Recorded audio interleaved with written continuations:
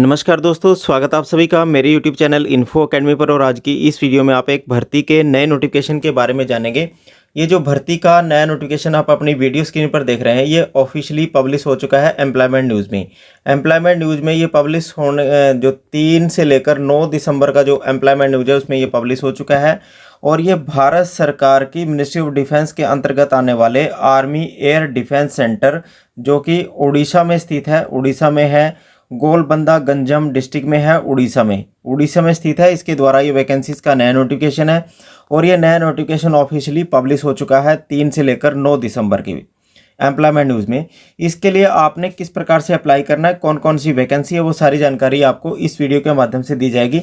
यदि आप चैनल पर नए हैं तो चैनल को जरूर सब्सक्राइब कर लें, ताकि आपको इस प्रकार के जॉब के नए नए नोटिफिकेशन आपको सबसे पहले आपको मिलते रहें। सबसे पहले देखते हैं कि पदों का विवरण किस प्रकार से है। सबसे पहली जो पोस्ट है वो है कुक की। इसमें एक ही वैकेंसी है, कुक की एक वैकेंसी है, एलडीसी की एक वैकेंसी है जनरल श्रेणी के लिए। इसी प्रकार एमटीएस की कुल 6 वैकेंसी हैं। एमटीएस की 6 वैकेंसी में से एक ओबीसी के लिए है, एक एसटी के लिए और 4 जनरल श्रेणी के लिए वैकेंसीज हैं। और इसी प्रकार वाशरमैन की भी एक वैकेंसी है। वाशरमैन की जो वैकेंसी है उसमें एक जनरल श्रेणी के लिए है। और ये जो वैकेंसी है कुक, एलडीसी, एमटीएस और वाशरमैन की, ये हेडक्वार्टर छत्तीसगढ़ ओडिशा सब एरिया की ये वैकेंसी है। यानी कि जब आपका सिलेक्शन हो जाएगा तो आपको हेडक्वार्टर छत्तीसगढ़ और ओडिशा सब एरिया, जो कि रायपुर छत्तीसगढ़ में स्थित है, वहाँ आपको ये पोस्टिंग दी जाएगी। इस बात का भी आप एक विशेष ध्यान रखें। इसके बाद बात करते हैं अगली वैकेंसी की। अगली जो वैकेंसी है, एक वैकेंसी है एलडीसी की, जो कि एससी श्रेणी के लिए है। एमटीएस की 2 वैकेंसी हैं, यूआर के लिए हैं दोनों की 2। और ये जो वैकेंसी है ये स्टेशन हेडक्वार्टर रायपुर छत्तीसगढ़ के लिए है। आगे जो वैकेंसी है एलडीसी की, एक ही वैकेंसी है। जनरल श्रेणी के लिए एलडीसी की एक वैकेंसी है, स्टेशन हेडक्वार्टर गोपालपुर उड़ीसा में स्थित है, वहाँ के लिए ये वैकेंसी है एक एलडीसी की। ये अलग अलग वैकेंसी हैं, लेकिन ये जो पोस्टिंग के स्टेशन दिए गए हैं, लेकिन आपको एलडीसी के लिए एक ही फार्म भरना है, एमटीएस के लिए एक ही फार्म आपने भरना है। और यदि आप एमटीएस, एलडीसी, वाशरमैन और कुक इत्यादि के लिए सभी के लिए एलिजिबल हैं तो आपने सभी के लिए अलग अलग आवेदन आपको करना होगा। अब इसके बाद देख लेते हैं कि आपकी एज रिलैक्सेशन किस प्रकार से रहेगी, किस प्रकार से आपने अप्लाई करना है। और अप्लाई करने से पहले आप एक बार क्वालिफिकेशन का विवरण एक बार आप अपने वीडियो स्क्रीन पर देख लें। कुक की बात करें और एलडीसी की बात करें, ये पे लेवल 2 की ये वैकेंसी है। 18 से 25 वर्ष के बीच के जो कैंडिडेट हैं वो कुक और एलडीसी के लिए अप्लाई कर सकते हैं। कुक के लिए आपकी जो ज़रूरी योग्यता है वो एक बार आप नोट कर लें। ज़रूरी योग्यता जो है कुक के लिए वो है मैट्रिकुलेशन, और आपको इंडियन कुकिंग में प्रोफिशिएंसी आपको होनी चाहिए। एलडीसी की बात करें, एलडीसी के लिए जो जरूरी योग्यता है 12वीं कक्षा के साथ साथ किसी भी आपने रिकॉग्नाइज बोर्ड से पास कर रखा होना चाहिए 12वीं।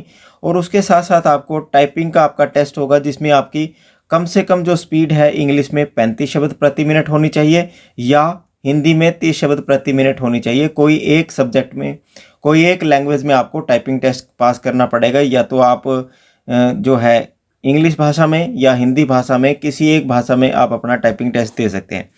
एमटीएस के अंतर्गत जो ट्रेड आते हैं वो भी यहाँ मेंशन कर रखी है। एमटीएस की जो पोस्ट में मैसेंजर, सफाई वाला, दफ्तरी चौकीदार, इसके लिए। और वाशरमैन की ये पे लेवल 1 की वैकेंसी है, और 18 से 25 वर्ष के बीच के जो कैंडिडेट हैं वो अप्लाई कर पाएंगे। एमटीएस और वाशरमैन के लिए जरूरी योग्यता 10वीं है। 10वीं कक्षा के साथ साथ डिजायरेबल में जो योग्यता दे रखी है वो है कि आपको जो ट्रेड्स की ड्यूटी है, जैसे मैसेंजर, सफाई वाला, दफ्तरी और चौकीदार की, वो 1 वर्ष का अनुभव होना चाहिए। डिजायरेबल में है। डिजायरेबल क्वालिफिकेशन का मतलब होता है यदि आपके पास है ठीक है, नहीं है तो भी आपको ठीक है। यदि आपके पास केवल असेंशियल क्वालिफिकेशन है, जो जरूरी योग्यता है, असेंशियल का मतलब होता है जरूरी योग्यता, यदि आपके पास जरूरी योग्यता है तो भी आप अप्लाई कर सकते हैं। डिजायरेबल क्वालिफिकेशन आपके पास यदि नहीं है तो उसके बिना भी आप अप्लाई कर सकते हैं एमटीएस के लिए। अब बात करते हैं वाशरमैन के लिए। वाशरमैन के लिए जो जरूरी योग्यता है, वाशरमैन की जो जरूरी योग्यता में सबसे पहले आप देखेंगे असेंशियल क्वालिफिकेशन में 10वीं कक्षा किसी भी रिकॉग्नाइज्ड बोर्ड से आपने पास कर रखी होनी चाहिए और इसके अलावा आपको मिलिट्री और सिविलियन जो क्लॉथ हैं उनको थॉरली धोना आना चाहिए। ये वॉशरमैन की जरूरी योग्यता है। इस प्रकार से आप इन सभी पदों के लिए अप्लाई कर सकते हैं। अप्लाई करने के लिए आपको एज लिमिट आपको दी गई है। उस एज लिमिट के अलावा आपको ऊपरी आयु सीमा में जो छूट है, जनरल को किसी भी प्रकार की कोई एज रिलैक्सेशन नहीं है, 18 से 25 वर्ष के बीच की अप्लाई करेंगे। SC ST को ऊपरी आयु सीमा में 5 वर्ष की, OBC को ऊपरी आयु सीमा में 3 वर्ष की। इसी प्रकार एक्स सर्विसमैन और हैंडीकैप्ड पर्सन को भी ऊपरी आयु सीमा में भारत सरकार के जो लेटेस्ट नियम होंगे उसके मुताबिक आपको छूट प्रदान की जाएगी। अब बात करते हैं लास्ट डेट की। लास्ट डेट आपको 21 दिन आपको अप्लाई करने के लिए मिले हैं। उस हिसाब से आपकी जो अंतिम तारीख है वो 24 दिसंबर इस भर्ती की अंतिम तारीख रहेगी। और उसके बाद सिलेक्शन की बात करें, सिलेक्शन जो है वो आपके रिटन टेस्ट के बेस के ऊपर आपको एक कम्पिटिटिव रिटन एग्जामिनेशन आपका कंडक्ट कराया जाएगा, जिसमें उसके बाद आपका स्किल टेस्ट, जिसमें LDC के लिए टाइपिंग टेस्ट होगा जो कि क्वालिफाइंग इन नेचर होगा। एग्जामिनेशन जो आपका होगा उसमें आपको जनरल जो रिटन एग्जामिनेशन होगा उसमें general intelligence, reasoning, numerical aptitude और जनरल इंग्लिश, जनरल अवेयरनेस के जो क्वेश्चन होंगे वो आपको दिए जाएंगे, जिसके लिए हल करने के लिए आपको 2 घंटे का समय आपको दिया जाएगा। इस प्रकार से आपका एक रिटन टेस्ट में होगा। आपने अब बात करते हैं अप्लाई किस प्रकार से करना है। अप्लाई करने के लिए आपको एक प्रेस्क्राइब फॉर्मेट दिया गया है, एप्लीकेशन फार्म। इस एप्लीकेशन फार्म को इस वीडियो के डिस्क्रिप्शन बॉक्स में एक चैनल का लिंक आपको मिलेगा, उस टेलीग्राम चैनल पर चले जाएं, वहां आपको ये एप्लीकेशन टाइप हुआ हुआ आपको मिल जाएगा। एज इट इज़ इसका आप प्रिंट आउट लेकर आप इन सभी पदों के लिए अप्लाई कर सकते हैं।